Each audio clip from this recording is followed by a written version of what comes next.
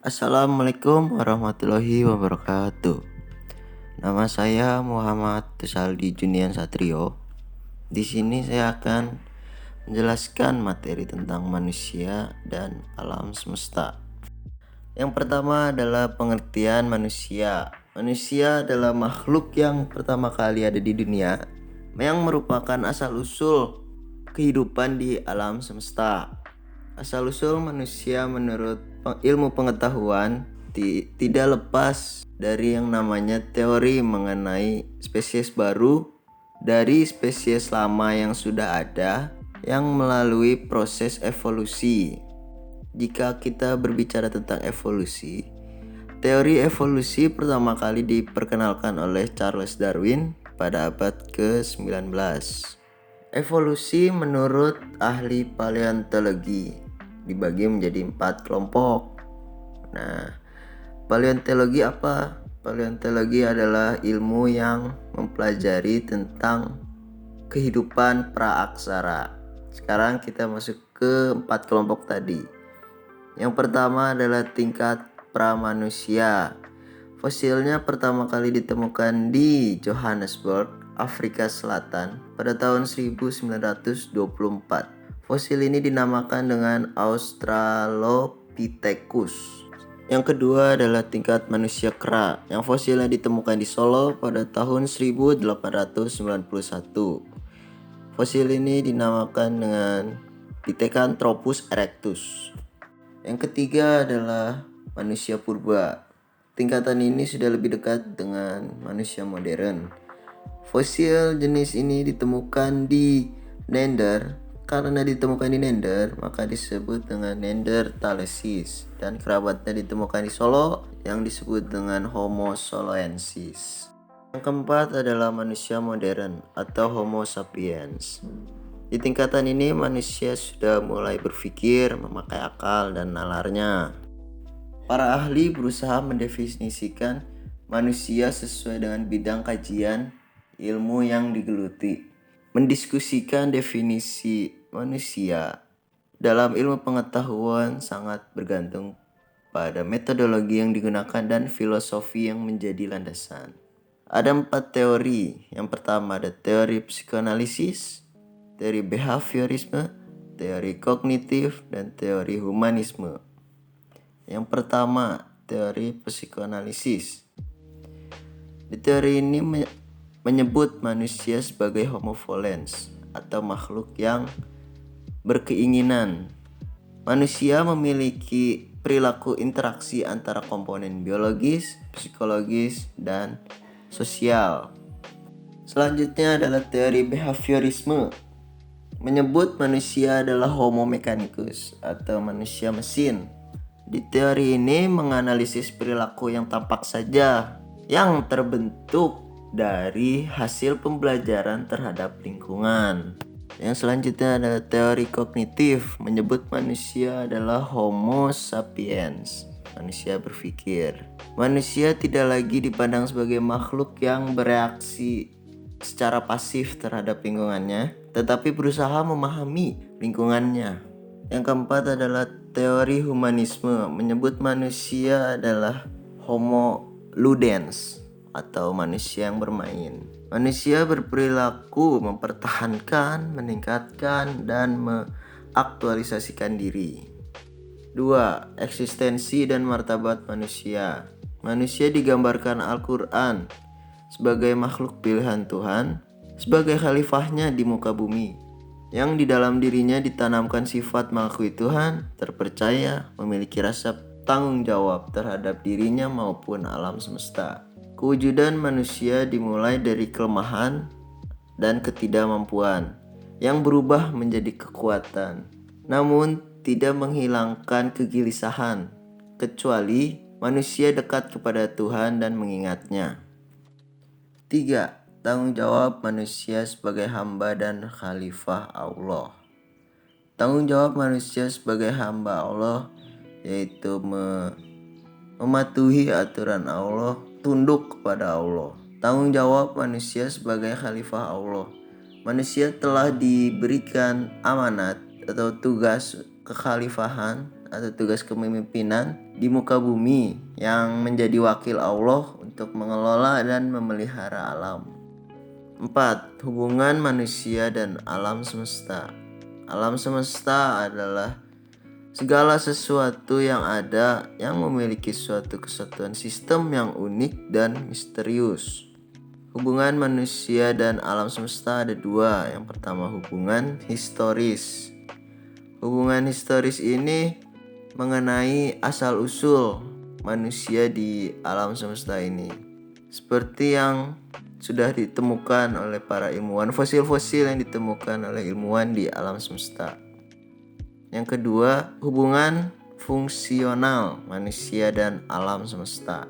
Dengan diterapkannya ilmu pengetahuan alam dan teknologi menempatkan alam dalam posisi sebagai sumber kehidupan yang tiada batas. Yang selanjutnya adalah istilah manusia dalam Al-Quran. Yang pertama, penyebutan nama. Ada 5 kata yang digunakan Al-Quran tentang manusia. Yang pertama, dari aspek historis penciptaan, manusia disebut dengan Bani Adam. Terdapat di Quran Surat Al-A'raf ayat 31. Yang kedua, dari aspek biologi kemanusiaan, manusia disebut dengan Bashar. Terdapat pada Quran Surat Al-Mu'minun ayat 33. Yang ketiga, ada dari aspek kecerdasan, manusia disebut dengan insan, yaitu makhluk terbaik yang diberi akal sehingga mampu menyerap ilmu.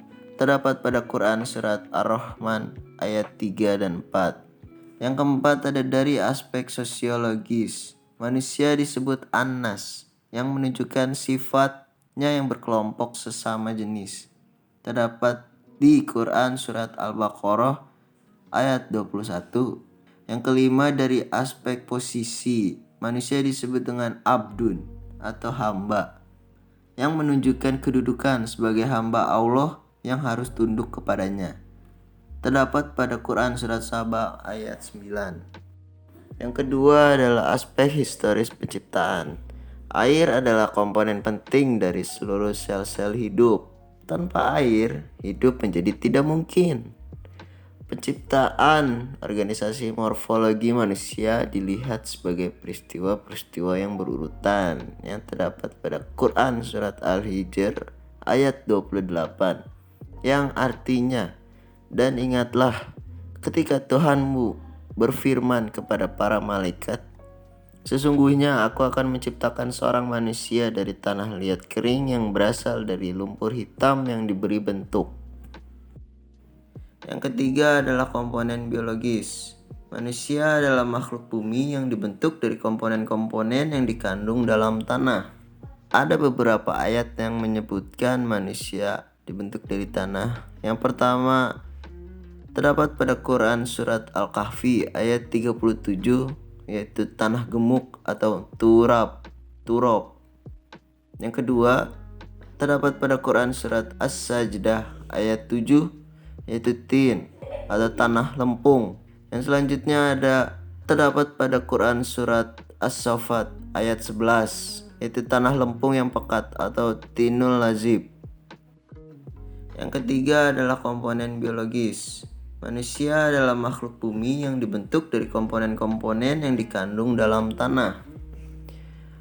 Ada beberapa ayat yang menyebutkan manusia dibentuk dari tanah. Yang pertama, terdapat pada Quran Surat Al-Kahfi ayat 37, yaitu tanah gemuk atau turab. Yang kedua, terdapat pada Quran Surat As-Sajdah ayat 7, yaitu tin atau tanah lempung. Yang selanjutnya terdapat pada Quran Surat As-Saffat ayat 11, yaitu tanah lempung yang pekat atau tinul lazib. Dan selanjutnya terdapat pada Quran Surat Al-Hijr ayat 26, yaitu lempung dari lumpur yang dicetak atau dibentuk, atau salsalun min hamain masnun. Yang keempat, reproduksi. Manusia berasal dari tetes sperma yang ditumpahkan. Terdapat pada Quran Surat Abasa ayat 19, Dan juga setelah berhari-hari pembuahan pada sel telur akan terciptanya segumpal darah seperti yang ada di dalam Quran surat Al-Alaq ayat 2. Yang kelima adalah ruh dan nafs. Ruh adalah salah satu komponen yang menentukan ciri kemanusiaan manusia. Setelah dibentuknya raga atau jasad, maka pemasukan ruh menjadi unsur penentu yang membedakan manusia dengan hewan. Selanjutnya, nafs merupakan wilayah abstrak yang suka dipahami seperti ruh. Istilah nafs memiliki pengertian yang sangat terkait dengan aspek fisik manusia, seperti yang terdapat pada Quran surat Az-Zumar ayat 42. Yang keenam adalah kolbu dan nafsu. Arti kolbu itu ada dua. Yang pertama segumpal daging, arti secara fisik. Yang kedua adalah mengingat Tuhan, bersifat ketuhanan dan rohania. Itu arti secara halus. Yang selanjutnya adalah nafsu. Nafsu adalah suatu kekuatan yang mendorong manusia untuk mencapai keinginannya. Nafsu dibagi menjadi dua kelompok. Yang pertama ada godob. Godob juga ada dua macam. Yang pertama ada lawamah, yang kedua ada amarah. Godob lawamah memiliki kecenderungan tamak dan serakah. Pengaruh yang ditimbulkan adalah kikir, tidak jujur, malas, dan mengejar kenikmatan. Yang kedua adalah godob amarah. Nafsu ini memiliki kecenderungan murka, keras kepala, suka mencela, suka melawan, dan suka berkelahi. Nafsu yang kedua adalah syahwat. Syahwat juga ada dua, ada supiyah dan mutamainah. Syahwat supiyah memiliki kecenderungan insting ibu, bapak. Pengaruh yang ditimbulkan adalah sombong, gemar menyelidiki, mengomel, hidup mewah, tawakal.